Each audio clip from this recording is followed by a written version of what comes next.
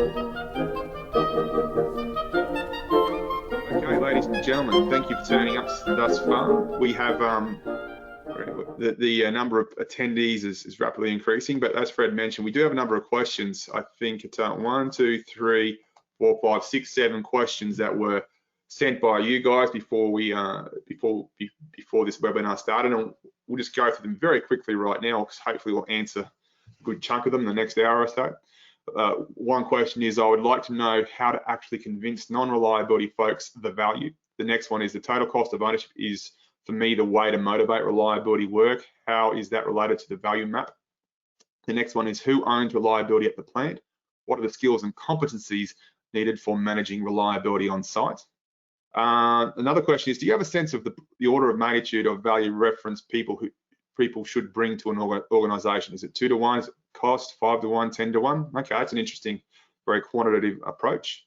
The next one is not so much a question, more a statement. Reliability map for reliability culture and reliability map for how to operate reliability. I think not entirely sure where that's heading, but we can perhaps clarify that during the webinar itself.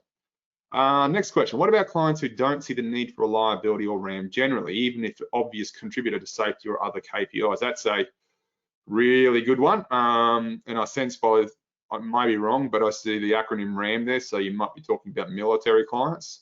And reliability is often the poor cousin to other areas. How do we get a seat at the table when we are sometimes isolated? So these are all really good questions. Some of them relate to reliability, some of them reliability value, sorry.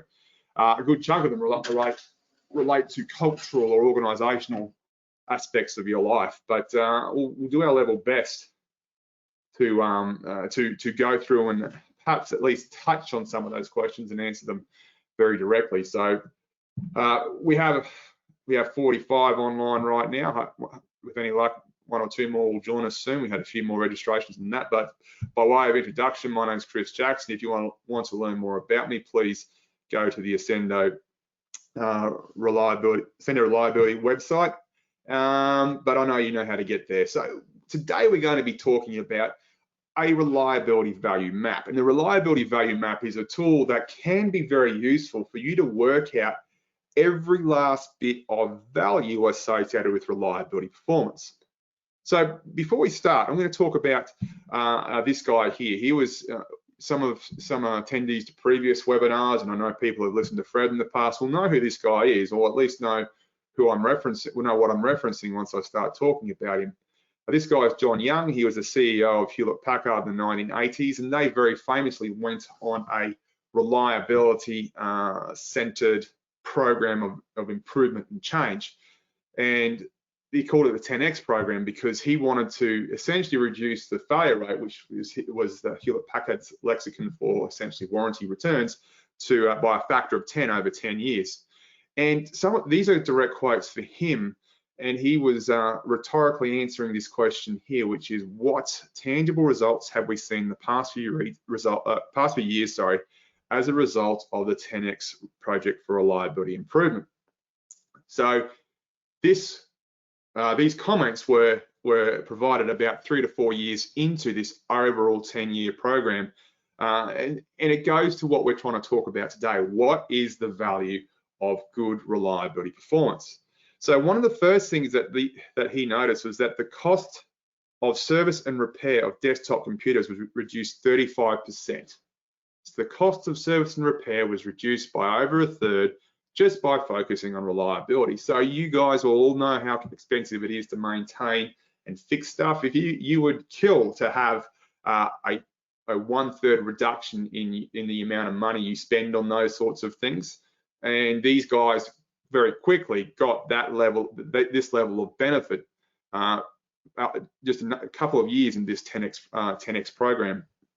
In another division, time for 2 of our most popular oscilloscopes, my apologies, dropped by 30%, and product defects declined substantially, allowing us to cut prices 16%. Now, this is one of the things that people really forget about reliability. If you have a reliability mindset from the start, your schedules for production and development will almost overwhelmingly decrease substantially. because you're not having to firefight crises that you find out at this gate assessment, this design review board, so on and so forth. It's been our experience that whenever you really take reliability seriously from day one, things just don't explode, catch fire, or otherwise ruin your budget and schedule during the design phase itself, or production phase itself, let alone when the customer gets it. They get this wonderfully reliable product which took you less time and less money to build. And this is one of the key messages of reliability. That's a lot of non-reliability folks really struggle to see. They see reliability expenditure as something which imposes delay, imposes budget overruns, but in practice it prevents so much bad stuff before you even think about production that it's almost always much cheaper. Another example of what Hewlett-Packard achieved in terms of value from focusing on reliability, they were able to cut inventory company-wide by about from 20.2% of sales to 15%. So that means that they were able to reduce about 5% of, if you look at the start of the 10X project, they were able to reduce 25% of their stock holding just to do the ongoing warranty and repairs. Now, that meant that they had saved $200 million in 1982 just by not having to have so much inventory stored. So this is a second order effect of improving reliability, something you don't ordinarily think of. But when we focus on reliability, we can get too focused on just the cost of failure in a very local perspective. We want to make sure that everyone is able to understand the full breadth and depth of value associated with reliability, and it usually permeates all parts of your business.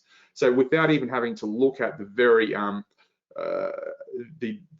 direct benefits of having something work first time all the time, you can see that in this example I've just talked about, there are so many second order benefits which usually dwarf any expenditure you think you're going to have to part with when it comes to making reliability a priority. So how do we establish the reliability value proposition? What we're talking about here is you as a reliability engineer, or you as any sort of engineer, you are coming up with, you're in a scenario where you need to, for example, try and convince the decision maker that this is the right thing to do. And obviously the decision maker will want to understand that they will get value from what it is you're asking them to do. So if you're asking them to invest in a test chamber or doing FMEA, how much value will that provide them later on? And there are some good ways of doing this, there are some bad ways, and there are some inherent problems, especially when you're dealing with decision makers who aren't rational or have a different set of values to that, which different set of values to the value associated with your organization. So one of the first things you can do is start with the creation of a reliability, availability, and maintainability value map. And this is just realistically an organized visual brainstorming session. And you should often do it with a bunch of other people who come from different walks of lives in your organization. The people who maintain, the people who repair, the people who have to develop business and have to sell to customers that this is a reliable product or otherwise, the warehousing people who have to stock all the repair parts, the people who are responsible for overtime, the people who are responsible for trying to maintain everything, not just the actual repairs and the servicing of the equipment in question. So it all comes down to value. We always start with value. Now, we're not going to go into what value means for each organization here today. That's a conversation that's been part of a separate webinar, but you need to understand what value means to your organization. Is it profit? If it's a commercial organization, typically, yes, it is profit. If you're a military organization, what is value? What does value mean to you? If you're any other organization which doesn't make a profit, what does that mean for value? So before we go on, I would ask the attendees, what does value mean to you, and perhaps your organization. Please feel free to pipe up or submit a question or enter your response in the chat window.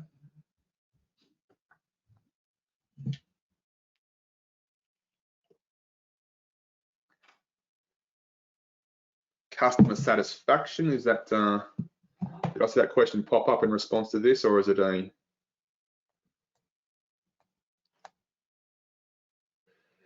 something that the customer is willing to pay for? Okay. Schedule fidelity. Less returns, defects. Repeat customers. These are all really, really good answers. But I'd actually challenge, time to market's another good one. I challenge all of you who put those answers on our chat window paper. I challenge you to look at what really matters for your organization. And I would suggest to you that there is typically an overarching, there's an overarching value definition for your organization. Why do we want to have less time to market? Because we can get our product out there, because that then allows us to get more market share, which allows us to generate more profit. Look at another one, less returns, defects. We want fewer returns and defects because, well, that means we have to spend less money on repairing those returns and defects. So that's one part of it.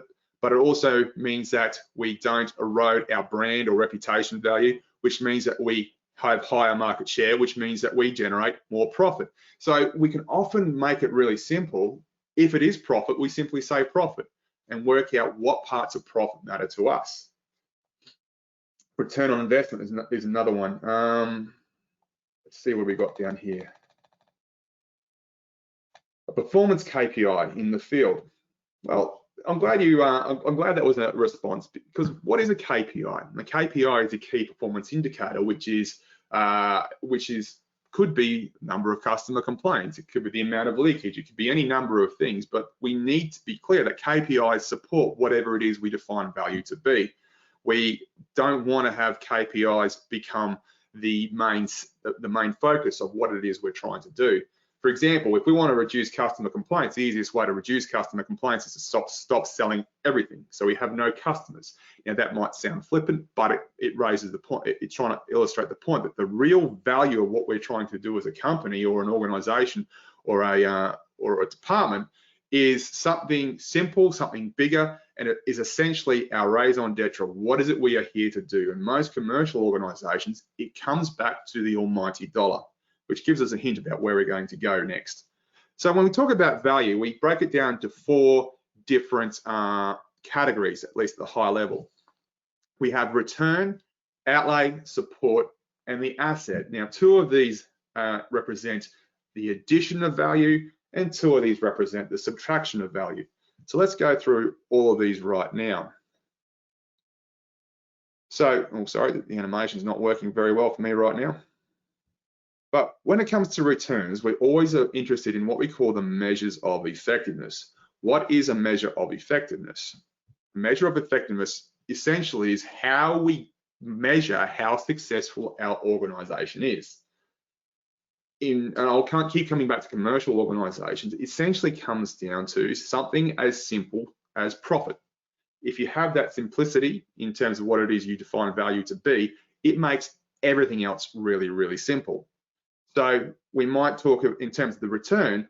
If our value is all about profit, then how we increase profit or how we generate profit is based on revenue, which is system sales related income or production related income. If perhaps you're a mining organization or a production facility where you are creating stuff, you are treating a mineral.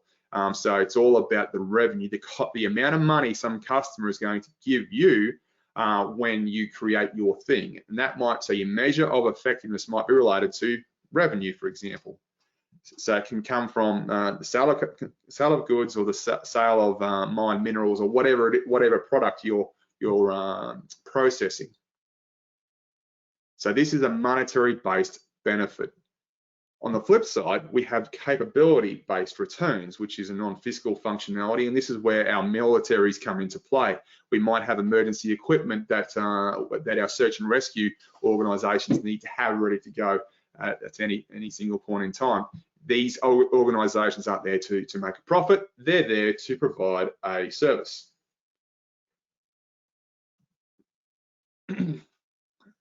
And so we call this a function-based benefit. And you need to obviously know which one is the most important one for you. So in this case, the benefit is based on money, and this one, the benefit is based on functionality or capability. Your ability to rescue people, your ability to deter attacks from a foreign aggressive nation, for example, which can be very difficult to conceptualize. So you need to understand what it is that matters the most. So these are our two basic concepts of return. It's usually revenue or capability based. Now let's look at the outlay piece, and this is where most decision makers tend to sort of lump reliability. It's an outlay; they can't see the return. But we need to be realistic about this. We need to understand that if we're going to do reliability, we do need to invest some costs up front. So there's a cost of raising capital. If you have to purchase a HALT test chamber, you not only have to get that money to spend on that thing, but actually getting money incurs a cost. And we often refer to these sorts of costs as a weighted average cost of capital. And this is very important to understand. Money just doesn't come from nowhere. I know you guys will know this, but there is actually a cost associated with generating capital that your initiative will take up. And if you're aware of it, it puts you in a much better position to talk the language that matters to the decision makers. So the weighted average cost of capital is the ongoing fee a company pays creditors, shareholders, and owners for the capital they provide. So someone will invest in your company.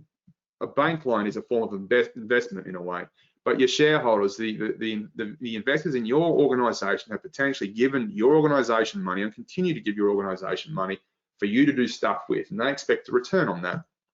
It's market-based, and if they believe they're not being paid enough, they're going to invest their money elsewhere. So you need to make sure that when you are spending $50,000 on a HALT test chamber, not only take into consideration that total amount of money, you need to be aware that that is actually coming at an additional cost. You're paying someone to give you that $50,000 to spend on that test chamber, and they better see a return on that. Then there's the opportunity cost. What are the missed benefits of spending money on something else? And this is a key characteristic of management decision making. Realistically, no one wants to not spend money on reliability. They don't want to not spend money on the other things that they see that spending money on reliability precludes. So this is where it comes to an opportunity cost. And you understand this, if you understand this very well, you start talking the language that the decision makers start to use. So an opportunity cost is the less of potential gain from other alternatives when one alternative is chosen. So managers typically see this opportunity cost when they're talking to you, the reliability engineer, about why we should spend money on this test chamber. If they look at that $50,000, that $10,000, that $100,000, whatever the investment is, as something that can either impact their bottom line, their KPIs, their personal goals they get assessed on, or it could mean that they can't invest into making that product or that device more functional. There's always an opportunity cost. We need to get into that discussion for us reliability engineers to be relevant. So there's the outlay.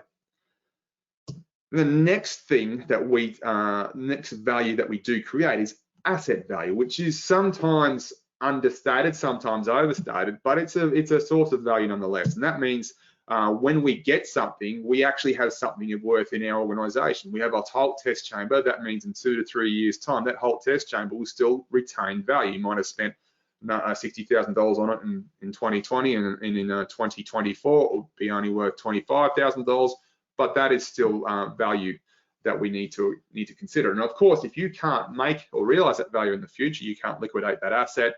Realistically, you have minimal value to be retained. But if you have a business plan for your reliability team where it involves recuperating or somehow retaining the cost of your asset in terms of how you calculate value, then your business case is that much stronger.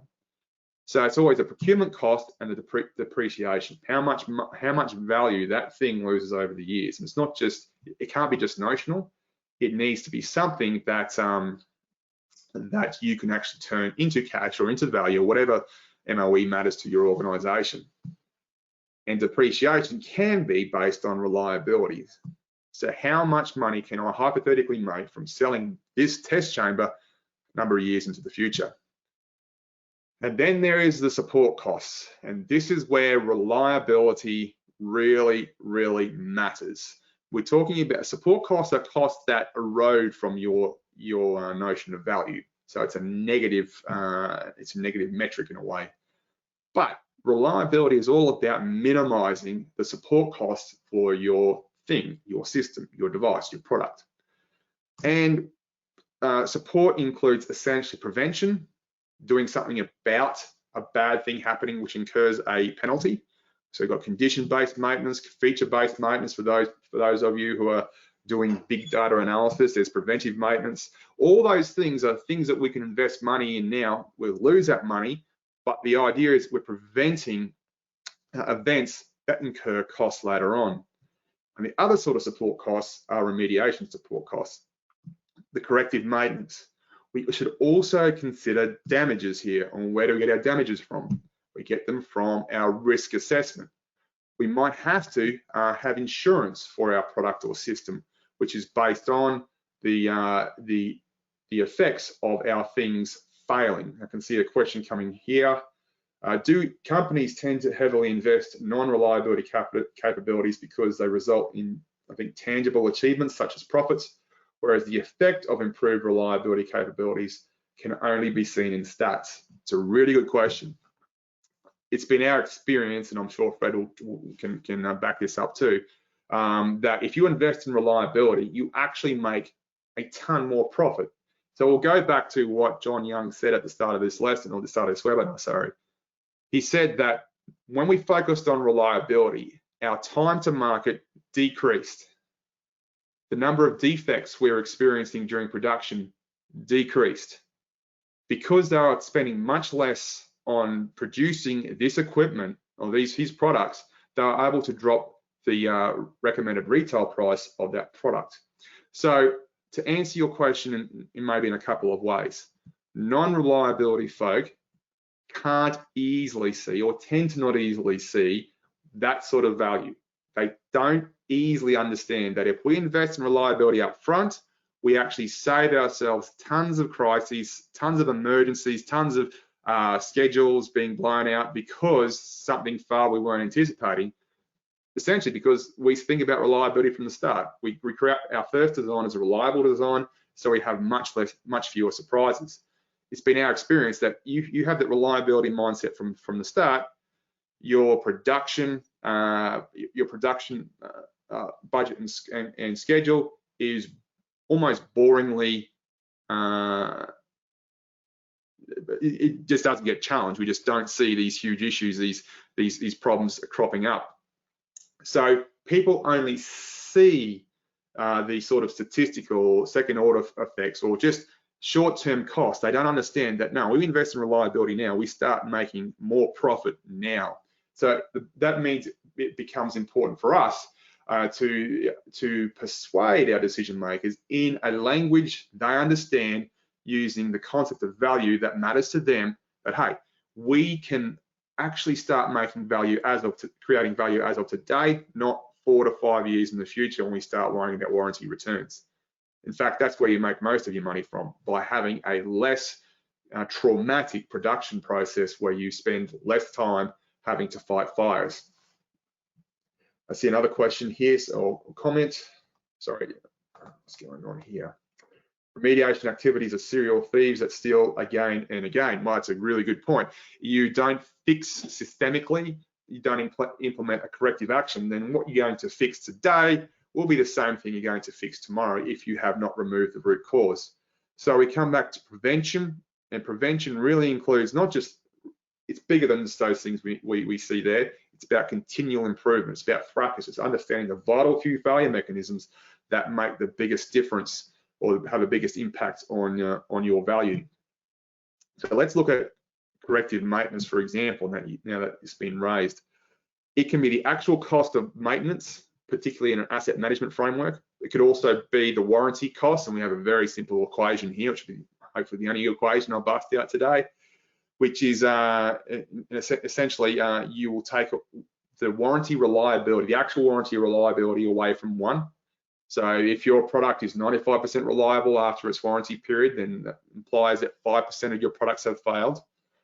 You multiply that by the total number of products you've sold, and you multiply that by the cost of each one to repair. And that could be sometimes simply replacing whatever it is that you have sold. So that's a very basic cost of remediation, but it's much, much bigger than that.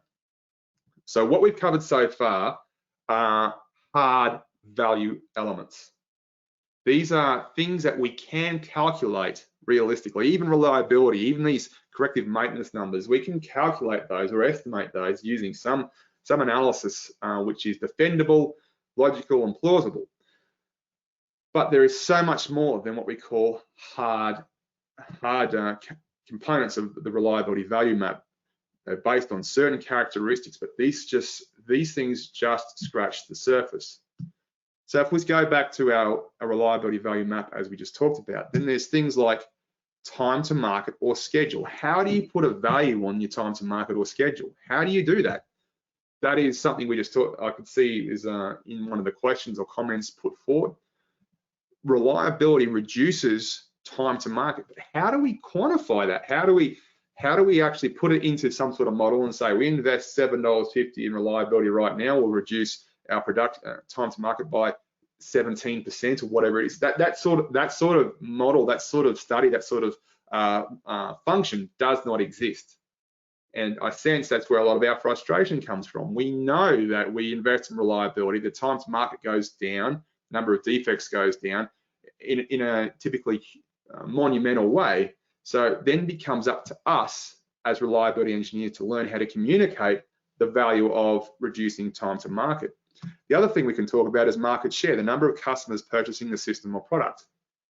How does that relate to reliability? How do we do a Weibull plot and say that market share is going to increase by 2 or 3%? We simply cannot easily do that, at least. It doesn't mean we shouldn't try. But these are examples of soft characteristics. So let's look at market share, for example. Market share is a function or based on essentially new customers, return customers, and lost customers. So if you're trying to compile the business case for reliability, you need to understand that these are some things that can help you calculate things like market share, these soft cost drivers. Now, this approach is one approach. If there's a better approach, you use it. But the idea is put some structure there, put something which you can defend, no matter how soft it feels, no matter how abstract it might feel to decision makers. But let's give them the benefit of the doubt. Let's at least go through these steps and see if we can start talking in a language they understand, especially if we show that we've done our due diligence. What we can't do is just say, hey, look, we're going to increase reliability by 2%. We're pretty sure that's going to drive up market share. The end. People won't respond well to that. We need to back this up at least with some logic to that claim. All right, so we want to focus on return and lost customers when it comes to reliability, because new customers are something which are based on brand and reputation and things like that, which is the next thing that happens once our product's been out there and demonstrated who we are as an organization. The return and the lost customers are the ones that really matter to us right now. They're based on the products that they purchase from our organization. They're the ones who will respond immediately to the performance they observe. So the return and the lost customers, they feed into reputation. They will be the ones who talk about what it is our product has done or has not done, which then influences with our marketing team our new customers. So this is how it works. So marketing is a very important part of this. So for example, here is a an ad for a laptop, Republic of Gamers laptop. It's a little bit dated now, but you can see that this is an example of how marketing teams make the case for buying this particular computer or this particular product. But more and more importantly these days, people can go online and see comparatively similar products. The Republic of Gamers computer is on the right-hand side, and it only has 1.5 stars out of a total of 5, whereas the one on the left, which costs just about the same amount of money, has 5 stars. So this is where it matters. This is where lost and return customers will influence our reputation. So which one would you buy? So market share involves reputation and marketing. And then there's time to market. We talk about assurance, for example, testing and analysis. How much does it cost to actually show that our thing meets our requirements? And that means we need to have confidence on our testing methodologies. And this all takes time and money. And so our reliability value map is now a little bit more expansive. So this is an example of a reliability value map. You should, if you want to be serious about doing this yourself, create one which is similar to this. Start with return, support, outlay, and assets, and then you should be able to start building up your own reliability value map, which then helps you inform your language, your business cases, and essentially the decision making of you and the people around you.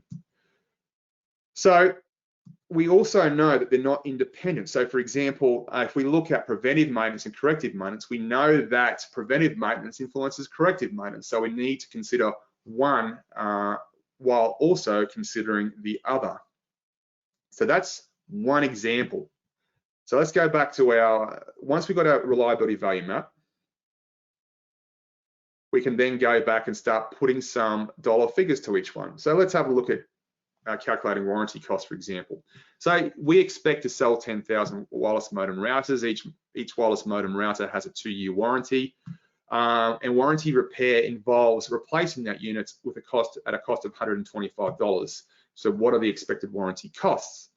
Well, we do an analysis and testing, and we determine the hazard or failure rate of the wireless modem router as it changes over time. And this is what we get. So our reliability team have done this. They've come up with this particular hazard rate for our wireless modem router. We have infant mortality, and of course we start to wear out past the 2-year mark. And so our reliability curve looks like that. It goes down relatively quickly during the infant mortality period, steadies out, and then starts to increase, or decrease further, sorry, after the 3-year mark. There's our warranty period there. So we're able to estimate that our warranty reliability will be 92.4%, which means that 7.6% of our routers will fail within the warranty period. We put it into this equation here, which means that we expect to spend $95,000 on warranty repair for our wireless modem router. And so this influences our value because we need to take that away from whatever is left at the end. So the key reliability metric here is warranty reliability. Now, this is the other benefit of doing the reliability value map. Once you put these dollar figures in here, you know what metrics matter to you. It's not MTBF, it's not average failure rate, it's warranty reliability. Okay, let's see. So do I get another question come up? So I see that another question has come up. I might have missed this, sorry, Mark, where it says time to market isn't continuous. Model year changes in automotive tends to be more discrete. That's a really good point, Mark. There's this whole continuous production process where you just incrementally change your models. But that said, I don't think that changes the principle of what we're trying to say.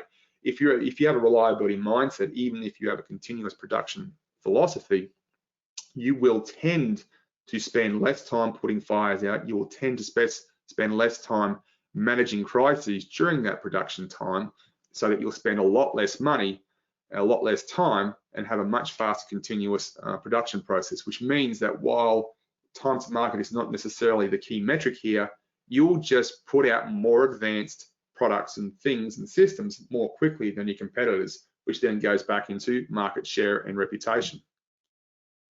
All right, so let's have a look at some of these softer things.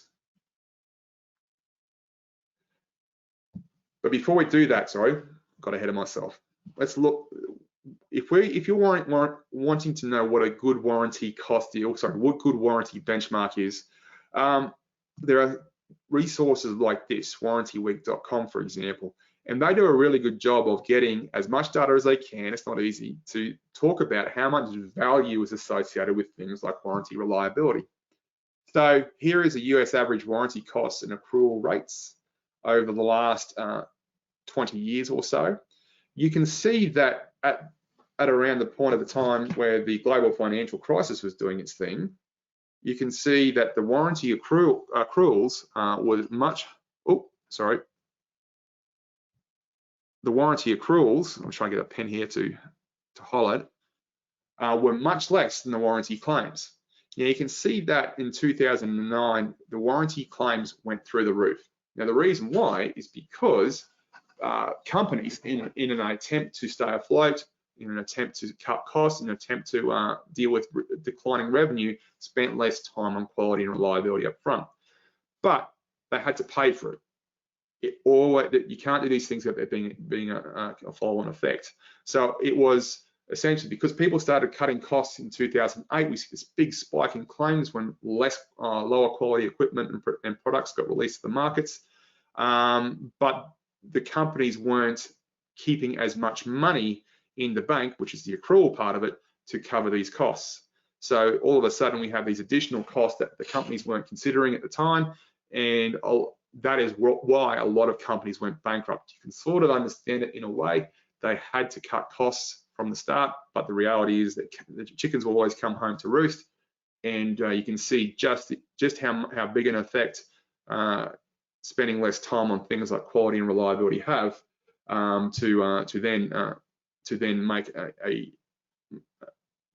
sorry, where I was going with that? Let's just this particular graphic illustrates just how clearly the relationship between quality, reliability, and performance later on will affect things like value and things like costs associated with corrective maintenance and warranty action.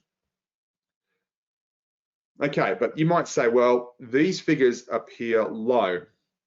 Why might they appear low? Because these, you can see on the vertical axis, the percentages were between 1% and 2%. But remember, for typical profit margins are between 5% and 10%, a 1% to 2% amount of revenue dedicated to warranty is a major cost driver. So if you're spending 2% of your sales dollar on warranty costs and your profit margin is as low as 5%, well, that's half your profit margin gone. We also need to be aware that these numbers are averages across multiple industries. And so satisfactory warranty performance can range from 1% to 10%, and satisfactory is a very subjective term. So these are good ways of trying to articulate or trying to get a hold of quantifying the value of warranty reliability. Now, just to reinforce the importance of warranty, the Hewlett-Packard 10X project, we started with a quote from John Young from the start. You might recall the 10X project was to reduce the failure rates by a factor of 10 over 10 years. And the red line represents the sort of beautiful continually reducing failure rate. And the blue line represents how they actually went. They actually didn't get down to 10%, they got to 12.5%, which is not a failure. They clearly had a huge improvement. They didn't quite get to where the goal was, but they became almost immaterial because John Young wanted a reliability mindset. He wanted people to focus on making good equipment, reliable equipment, quality products. And in terms of the warranty costs themselves, how much did the direct warranty cost what were the scale of the direct warranty savings? That was the actual warranty costs Hewlett-Packard spent over the 10X project, and this red line represents what it would have been had they done nothing. So they saved $808 million just on warranty costs alone.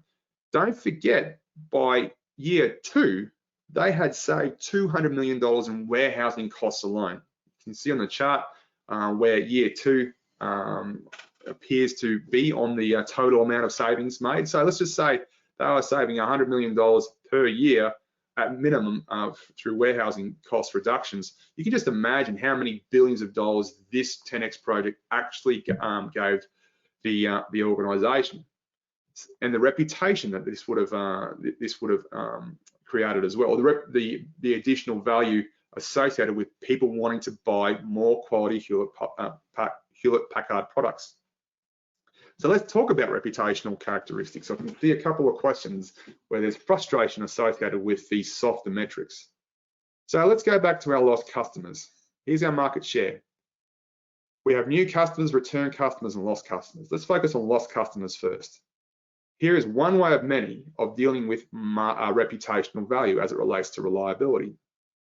So we have customers which have warranty claims. We know we should be able to estimate what percentage of total customers this will be. Obviously, if you have a warranty reliability of 95%, then 5% of your customers will have warranty claims. They'll either be satisfied, neutral, or dissatisfied with the treatment they get from your organization. You can then have a relatively good guess about the breakdown of the customer experience.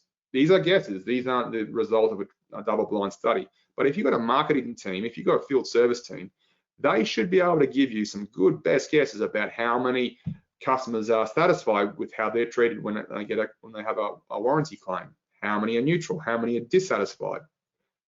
Then there's customers with other issues, such as your device going past the warranty period, but they still think there's some sort of problem with it. They might complain. They might not complain. Of those who complain, what is their experience? Again, we assign percentages to each one of these. Then there's customers with no complaints, customers that really enjoy your products. And even though these customers, a fraction of them will always go to a competitor. We call this attrition. So you have these different types of customers and you've got these different percentages which you can estimate, and you should be able to estimate them. And if you put them all together, you can come up with something like this. You can come up with a breakdown of satisfied, neutral, or dissatisfied customers. You can then work out, who are not going to repurchase based on natural attrition rates. You can have a guess at these numbers, which means that, and you can also have a guess at the number of customers lost due to word of mouth, which means that you can also use that little tree to get a customer breakdown. And for example, we can see that 81% of our customers will have no problem with our device, our product. 12% of those will just not repurchase because of natural attrition. And this becomes our baseline for all our calculations or estimates later on. And if we sum all these things together, we can essentially have a guess at the number of customers who are not going to purchase our product as a result of their experience, good, bad, or indifferent. And we have potential customers lost due to word of mouth. So if there are 10,000 current customers, defects in this example are causing 796 lost sales, just because we put some percentages next to customer experiences. And this represents $11,938 in lost profit if the profit per sale is $15. So this allows us to start putting some numbers against these soft value metrics. But these are just estimates. How do we reduce the uncertainty? Well, the first thing we can do is do a sensitivity analysis. And if we do a sensitivity analysis, we can work out that, for example, the biggest influence of lost sales, or the biggest factor that drives down sales in this example, are percentage of customers with other issues. And this is all based on those percentage estimates we came up with. These are all based on the numbers or our model of the customer experience. And if we didn't do this, we wouldn't be able to surmise that, hey, we need to really focus on customers that have other issues besides warranty claims. It could be the user experience, it could be the user interface. It could also be the expectations of our product to work beyond the warranty period. So all these things matter, which means that if the customer experience is based on not just warranty reliability, but service life reliability, where the service life is whatever the customer defines it to be, then we know that we can include this sort of analysis in our business case. It also means that if we're going to invest any resources into working out the effect of reliability on market share and reputation more broadly, we're going to focus on this factor first. So you've already got a clue for ongoing analysis. So soft cost drivers are equally important, if not easy to calculate. So where do we stop the analysis? Where do we stop? Where do we stop trying to model reliability value when it comes to all this stuff? All we want is a decision maker essentially to do something that supports our reliability vision, which I'm presuming is going to support the value of our organization. We typically want to focus on the hard drivers first, and then go from there. If we need to have soft cost drivers as well to bolster the business case, that's great, but focus on your hard cost drivers, then add the soft cost drivers to it as well to really make your case. Now, for example, let's just say this time to market thing. How do we put a dollar figure on that? How do we say, you know, if we spend this much money on reliability now, how much money do we save in the future? We need to sometimes reduce ourselves to anecdotal evidence. We have got a bunch of reliability engineers out there who have lots of experiences, who can potentially give you examples of where this person went into that organization and did a failure mode and effect analysis, and they uncovered 3 failure modes that wouldn't have been otherwise uncovered until the final production run, which meant they were able to save X million dollars in terms of delays, things like that. Sometimes you need to have that anecdotal evidence, and when you have that anecdotal evidence, you can start talking to your decision makers, and then maybe, if it's the right thing to do, create that same little tree we did as we did for our reputational value, and say, hey, look, if we just prevent one defect from getting from this iteration of design to the next, then we will save ourselves X million dollars, because whenever that happens, we tend to have people spend 10 weeks resolving the problem. It's a workforce of this many. They have to stop doing these things over here. So just put some dollar figures to the amount of money and time it takes to rectify a defect. So if your FMEA can save typically 1 or 2 defects, it pays for itself several times over. Typically FMEAs, and I know I'm focusing on FMEAs here, but typically FMEAs will give you tons of help you remove tons of defects before your first design. It will make your first design a very reliable design. So that is one way of trying to articulate how much value there is associated with time to market.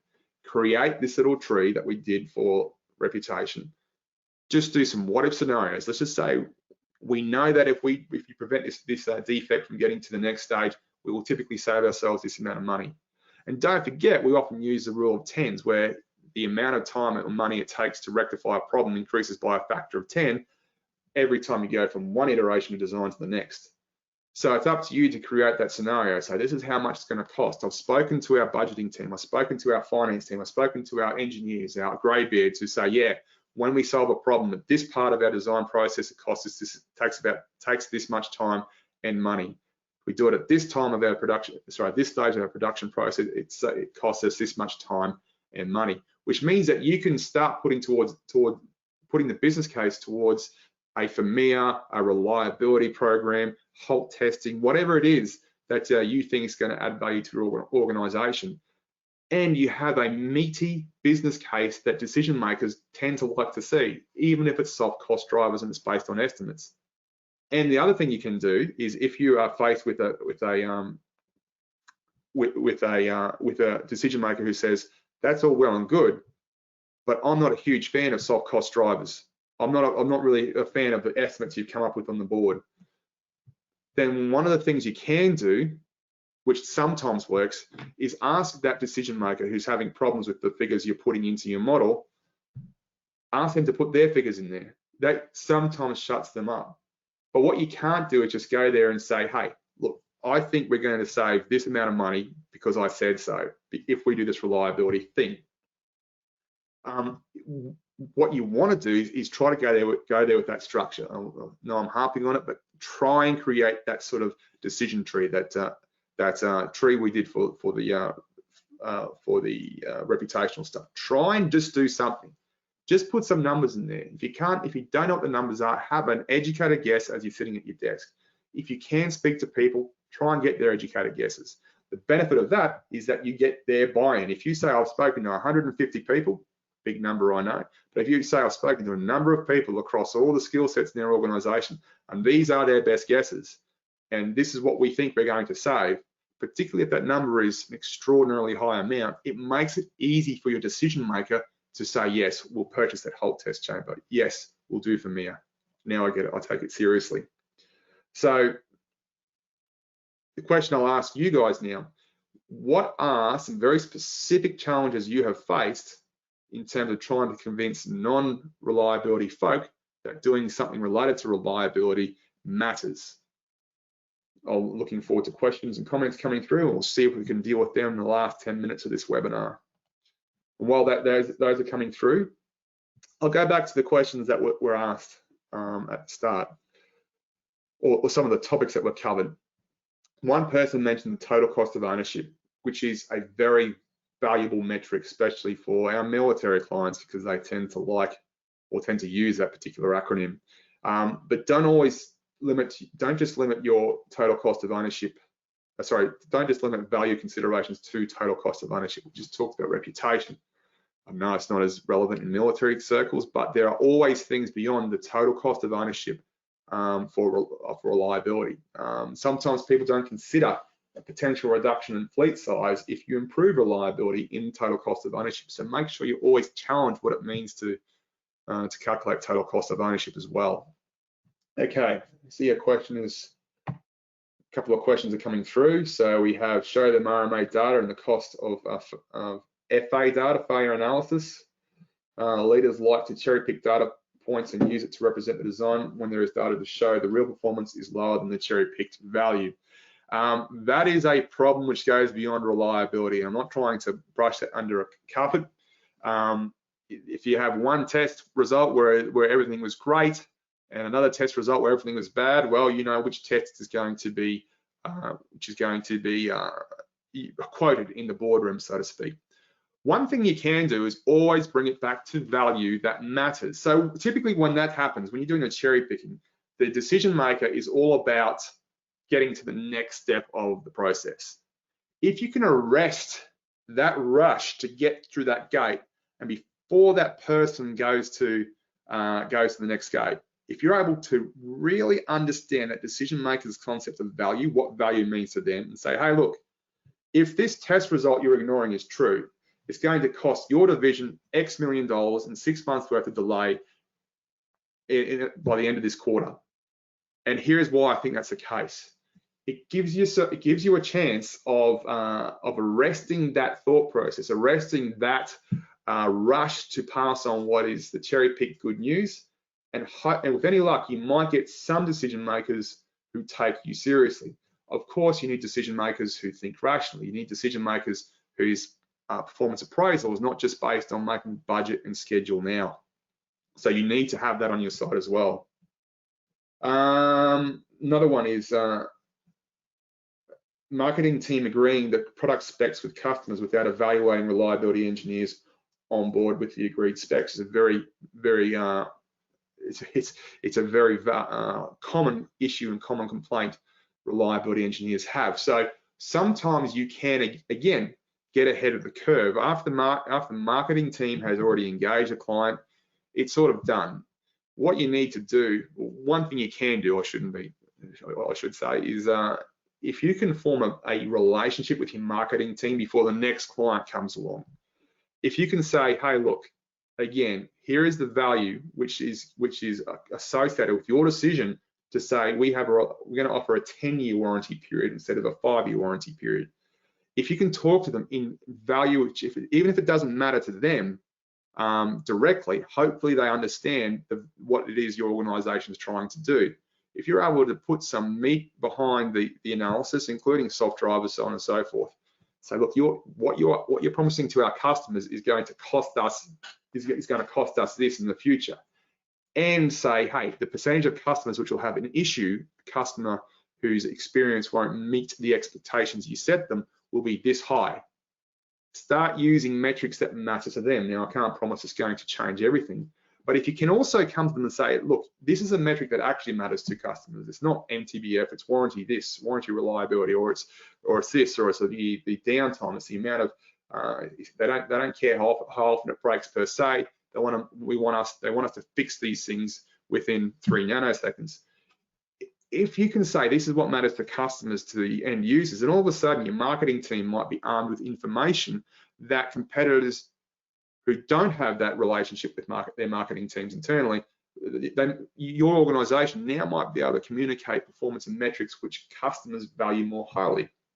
So that's not the answer per se, but one thing you might want to try is trying to engage with your marketing team, have a workshop before they have the emotion associated with trying to close a deal with a client on the other side of the desk the next day. It's too late to try and recharge or try to do anything about a promise that's already been made to a client.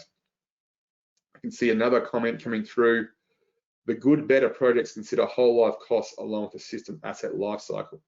I agree. I'm interpreting that question or comment as essentially decisions made at every stage of the development process take into consideration the benefit and the cost of that decision across the entire life cycle, not just the next design gate, which I wholeheartedly agree with.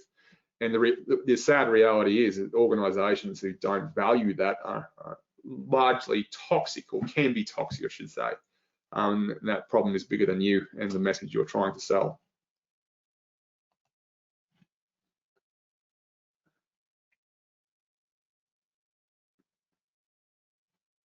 Okay, if there's nothing else coming through, what did we talk about today? I think that there is a clear sentiment or clear frustration amongst all of us that people don't listen to us as reliability engineers when it comes to communicating value associated with good reliability deeds.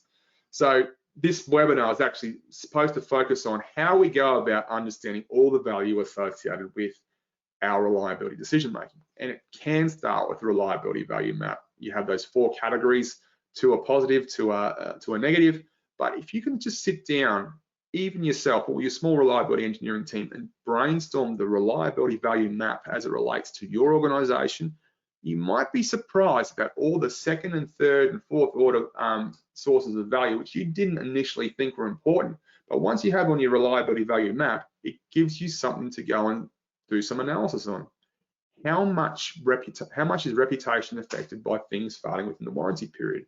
Well, you can create a structure. You can create a decision tree, or a not necessarily a decision tree. You can create a tree which helps you understand what the effect of each customer experience is, the likelihood of those customer experiences, and the dollar impact on your profit, on your bottom line for that particular product. You can do the same for time to market. If your FMEA saves you 1 defect, you know how much it costs. Well, you could estimate how much it costs in terms of time and money to rectify a defect in stage 1, stage 2, stage 3, stage 4 of your product development process, whatever those stages mean to you. If you can get those dollar estimates and say, look, we just need to prevent 1 or 2 defects for our FMEA, our Holt chamber, our finite element analysis, our whatever it is for it to pay itself, then you start to build this anecdotal business case which has some numbers, some meat behind it. And I suppose the really important thing is when it comes time to present your analysis, you need to understand what your decision maker values. Don't talk to them in a value metric which doesn't matter to them, even if that is somewhat counterproductive to the organizational benefit. If your decision maker is all about profit, or making budget and schedule this year, then talk to them in terms of time to market. Talk to them in terms of the amount of defects we'll save by doing a FMEA up front. If your decision maker is all about whole of life's total cost of ownership, or all those costs and benefits associated with the entire life cycle of your product, then talk to them about warranty reliability, service life reliability, all those sorts of things. Work out what measure of value matters to your decision maker. If it's a marketing team, talk to them about the detrimental effects this will have on customer or brand reputation if you promise them something which goes beyond the actual capacity of your product. You might even be able to teach your marketing team something, but it comes back to talking in the value and in the value metric which matters to them. So are there any further questions?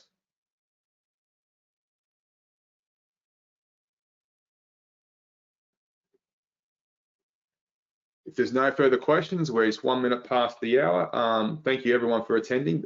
But the main point of this conversation was what the reliability value map is.